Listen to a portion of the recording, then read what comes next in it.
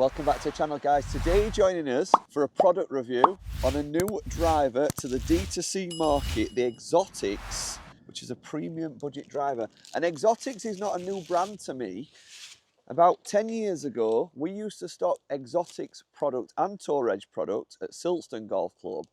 And this is some of the best performing product at a reasonable price. When I said premium budget, what I mean by that is they're not sort of trying to cut costs in terms of the product. So they're cutting costs in terms of sponsorship and marketing, but they're not cutting cost in quality. So when I say something's premium budget, I don't mean it's like budget where they are sacrificing components. So if we start to look at this club, we've got Tour Velvet Grip, you know, which all your top brands use, the 360.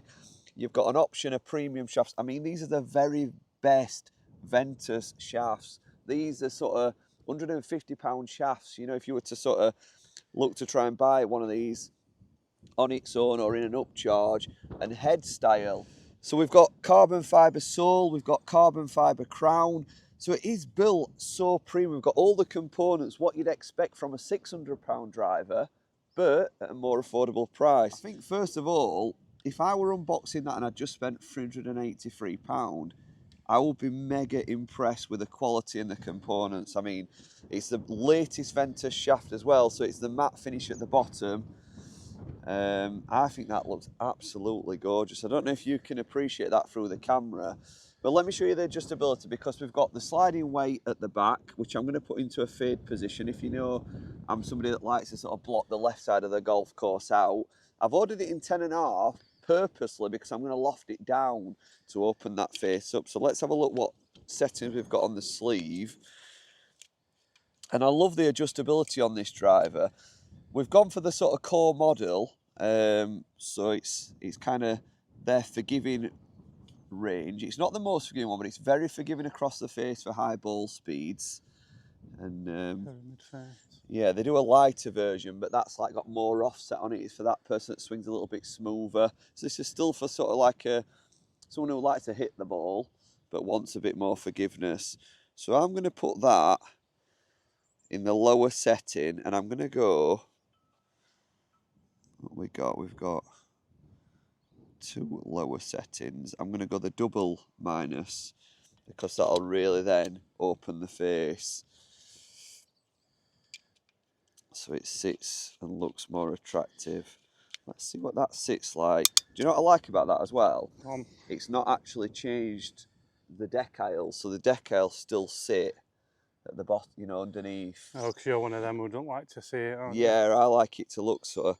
Now, when we put that down now behind the ball, I don't know if you can see that, but I would say it sits about 1 degree open, which is good for me. I mean, if it sits closed, I'm already getting a little bit worried. So I like that it's changed that like sort of faceplane tilt a little bit.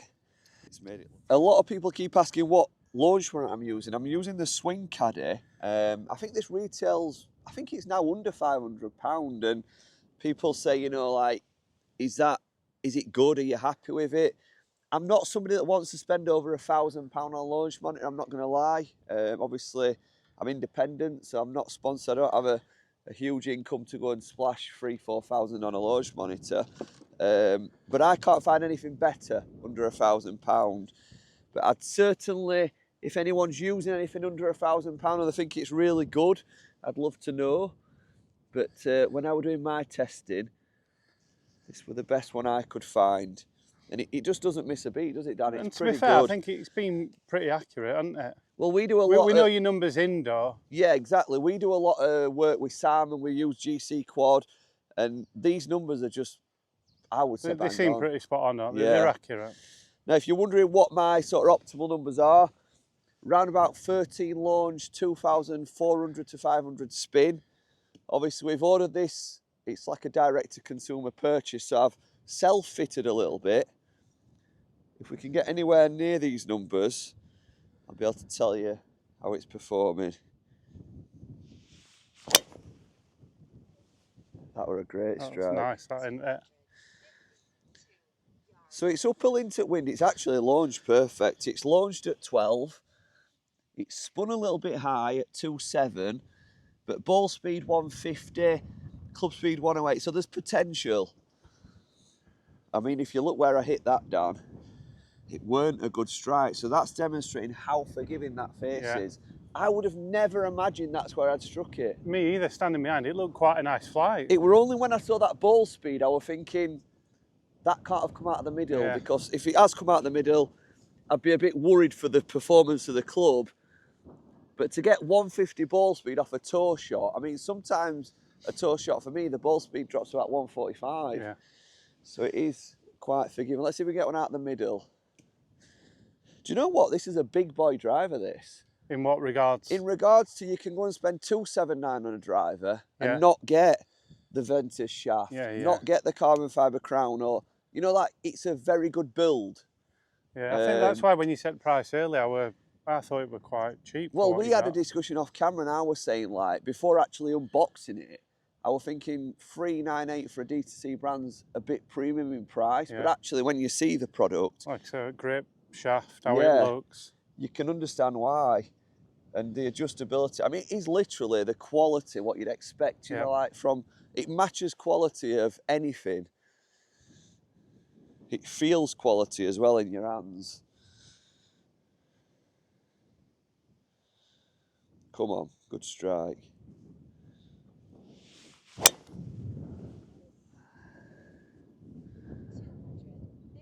I've done it again, toe again, bang, bang, same place, 250 yards. It's launched a bit lower at 10, 2.7 spin. I've not yet hit the centre, 251 ball speed. Sorry, 151 ball speed.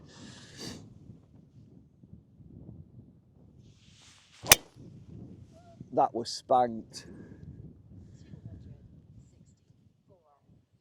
Yeah, that must be a good ball speed. That's better, yeah. I mean, do you know what? The numbers are great for me. It's actually, we've actually optimised this really well. It's 11.2, 2.6 spin, 156 balls, well, nearly 157. 1.5 smash. Yeah, so 264 carry, up hurl, into a wind. I love that, yeah. You didn't quite get the fade that you'd wanted, but... It kind of set off a little bit left and stayed just on that line. It didn't go left or it, which I always say I'd take every day because I don't aim any more than semi-rough. But that were good.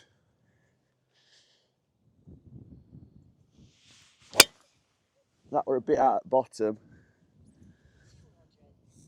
151. Why did that spin? It spun at 2.9, so it spun up a bit. Yeah, I could see that because it like climbed, didn't it? Like dippy. It's launched low at 10 because it was right at the bottom of the golf club. But again, 250 uphill into wind. I think I'm probably not swinging my best today, but sometimes doing a demonstration not swinging your best is perfect. Yeah. Because it's showing that it still performs. I'd have took all of them out on a golf course. I'm going to get you to it a few, Dan. I don't think I'm sort of doing, I mean, if you look at the club, I've not even hit the bloody middle. I'm sort of here. Sweet spot's never been used. So if you want to sell it, never been used. Is that what we're saying? Right, I'm going to set it up for you. I'm going to put you a bit of draw on it. Sure. That was solid.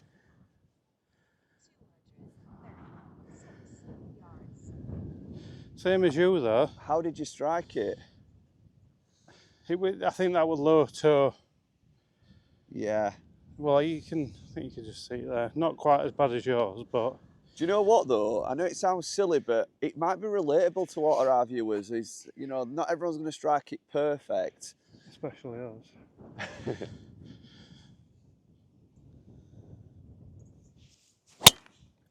Strike. Sounded better. Yeah, not a bad strike. I mean, it's a little bit high. I mean, you've launched it into that wind a little bit higher than me, so it might have dropped on carry. But sort of 103, only 142 ball speed, so I wonder if you miss it, that one a little bit, 241 carry. I think for the purpose of the video, I wanted to include Dan, but I just don't think it's the right product for you. No, I agree. I think for Dan, we'd probably be looking at the LS version, potentially, or this in a 9 degree and lofting it up. So I'm going to hit a few more shots. I'm going to try and find that middle and see what the club can do. Yeah. Oh, that's good. 256, 107 club speed, 150 ball speed. This is that conversation you've got to have with yourself, haven't you? Yeah. I could always go and get an LS model and bring that spin down to the numbers Sam likes to see for distance, but then where would I be today? You know, with all them toe shots, I've not missed the fairway so far. No, So it's that bridging that gap into it. It's like the 10K model's keeping me in play. That little bit of higher spin's actually my friend. Yeah. And we noticed that with other, when we tested the Haywood driver, I've not got that optimised to numbers Sam would like to see for distance, but I think sometimes when you're trying to get that spin really low, it can actually, it can crucify you.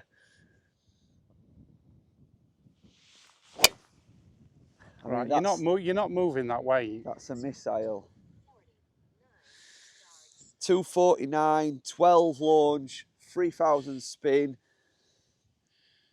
and 148 ball speed. I mean, they're not embarrassing numbers at all. No. If you could, I don't think you can get a sense of the wind we're playing in today. We're right on the south coast. It's up there. I mean, we've just been hitting 7 irons and struggling to get 140, if that gives you some idea. But like numbers, don't get me wrong, numbers are great, but look at that last drive. Like if you're hitting that on course today, you're going to be over the moon with that. I'm going to be over the moon. It's a bullet. Yeah. I mean, obviously, it's frozen rope, which, with the greatest respect, isn't always your ball shape. No. It's dead straight. And do you know what? Obviously, we've come from Yorkshire, where courses are soft. There's no wind. We play Pro V1s. Would I be playing a Pro V1 in this wind? Potentially not. Maybe go like you like them Strixons, don't you? Yeah, they're brilliant. What ball is it you play? Is it ZXV? ZXV. I think Lowry talked about using them at wind and said he wouldn't use. So I tried them at wind and I was blown away. Literally.